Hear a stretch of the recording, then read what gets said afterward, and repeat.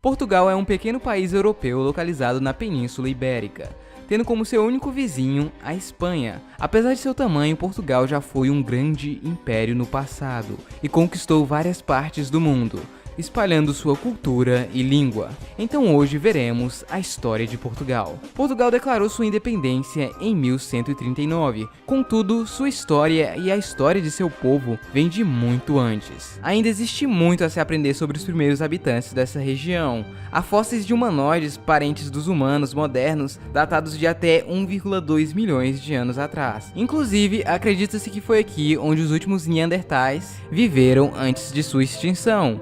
O homem moderno, no entanto, pode ter chegado aqui entre 20 e 30 mil anos atrás. Provavelmente povos nômades à procura de um clima mais agradável. Começaram a chegar aqui na costa portuguesa e viram que não tinham mais para onde ir. Então eles ficaram por aqui mesmo. Muito tempo depois, os indo-europeus, um povo que se originou aqui, começou a migrar para várias partes do mundo, inclusive para a Península Ibérica. Aqui a divisão ficou assim: esta parte era povoada por indo-europeus não celtas, sendo esta aqui os lusitanos. Nesta parte mais ao norte ficavam os galaicos, ao sul dos lusitanos ficavam os celtas, e o extremo sul era povoado pelos turdetanos. Vale lembrar que não eram nações nem nada, eram apenas grupos de tribos que viviam ali. Enquanto isso, a chamada República Romana estava começando a querer se expandir na Península Itálica. Depois de muitos anos, este mesmo pessoal de Roma começaram a expandir seu império, e em um certo ponto eles já tinham conquistado parte da Península Ibérica. Os lusitanos lutaram bravamente contra os romanos, tendo como seu líder Viriato. Mas daí ele foi traído por 3 pessoas que tinham sido mandados para fazer um acordo de paz com os romanos. Com isso, toda esta região passou a fazer parte do grande Império Romano, que era chamado de Espanha. Os povos que ali viviam começaram a ser influenciados pelos romanos. As leis, costumes, línguas e bem mais tarde a religião católica. Porém, isso é mais para o fim do império. Eles deixaram de ser tribos e também começaram a falar a língua dos romanos, ou seja, o latim. Existia basicamente 2 tipos de latim: o falado pelas pessoas de alta classe e o latim vulgar, que era falado pelo resto da população. Como não existia um modelo único de aprendizado e a maioria das pessoas não tinham acesso à escola, o latim vulgar começou a se modificar e ficar diferente dependendo da região. E hoje ele se dividiu em várias línguas, como português, espanhol, italiano, romeno, francês e outras línguas menores. Por isso, essas línguas são tão similares. Muito tempo se passou sob o domínio romano e o império já estava fraco. Neste ponto, ele se dividiu em 2. Como Roma estava muito frágil, aconteceu a chamada Grande Migração Bárbara Germânica para a região, onde esses povos invadiram o Grande Império. Os 2 principais grupos germânicos que migraram para a Espanha foram os suevos, que formaram o Reino Suevo, e os visigodos, que formaram o Reino Visigótico. Algum tempo depois, o Reino Visigótico passou a dominar toda a península. Vocês lembram que o Império Romano havia se dividido em 2? Então, a parte ocidental dele morreu, pois foi invadida pelos bárbaros. Porém, a parte oriental, agora conhecida como Império Bizantino, estava firme e forte e tentou recriar o Império novamente. E eles tentaram pegar mais uma vez a península. Porém, depois de alguns anos, eles foram expulsos. Em 610, em um lugar distante dali, Maomé recebe a visão.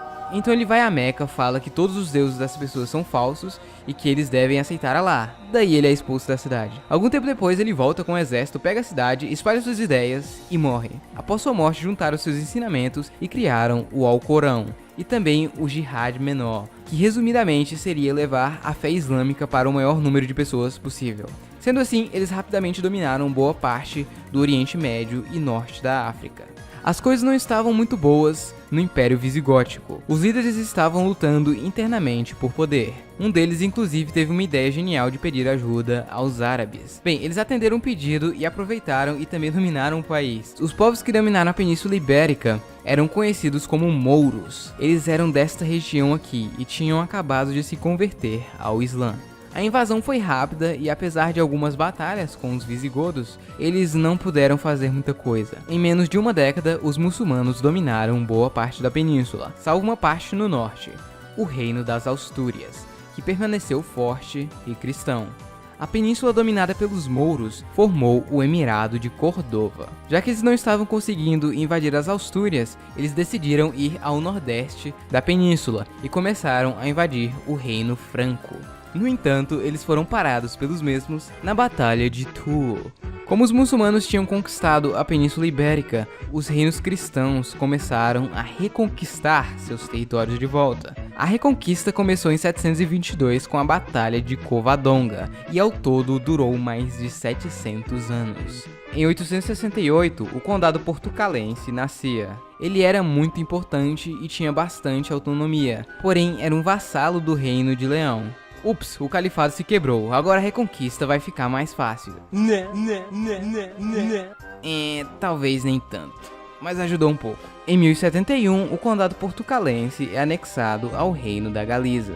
No entanto, 20 anos depois, ele reemergiu novamente. Algo interessante é que neste tempo, o pessoal daqui falava o galego-português. Era basicamente a mesma língua com algumas poucas diferenças, dependendo da região. Esse é um dos motivos do porquê o português moderno é tão parecido com o galego. Voltando à história, em 1109 nascia ele, Afonso Henriques, o Conquistador. Quem é esse cara, você se pergunta? Ele era o filho de Henrique, o conde do condado portucalense, que morreu alguns anos depois, e Afonso Henriques virou conde aos 3 anos. Obviamente, ele não podia governar ainda, então sua mãe, Teresa de Leão, vira uma regente. No entanto, em 1120, ele assumiu uma posição contrária à de sua mãe, e foi obrigado a sair do condado. Sua mãe havia se aliado com Fernão Pérez de Trava, que era de uma das casas mais fortes da Galiza, e isso poderia ser ruim para a autonomia da região.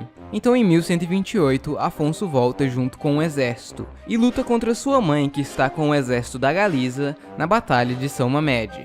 Ele acaba ganhando, virando assim o Conde de Portugal. Nesta altura, ele já estava com planos de uma independência da região. Ele lutou várias batalhas. Foi então que, em 1139, acontecia uma das mais difíceis, a Batalha de Ourique, onde o exército de Afonso se deparou com um exército mouro bem maior. A vitória seria bem difícil. Diz a lenda que Afonso teria tido uma visão com Jesus, onde ele garantia a vitória se ele espalhasse a palavra por todo o reino. E assim aconteceu. Ele acabou ganhando a batalha e foi nomeado o rei de Portugal pelo seu exército. Em 1149, acontece o Cerco de Lisboa. Depois de algum tempo de cerco, ele acaba ganhando novamente. Com o passar dos anos, ele conquista mais um pouco, até que em 1179 a independência de Portugal é finalmente reconhecida pela igreja.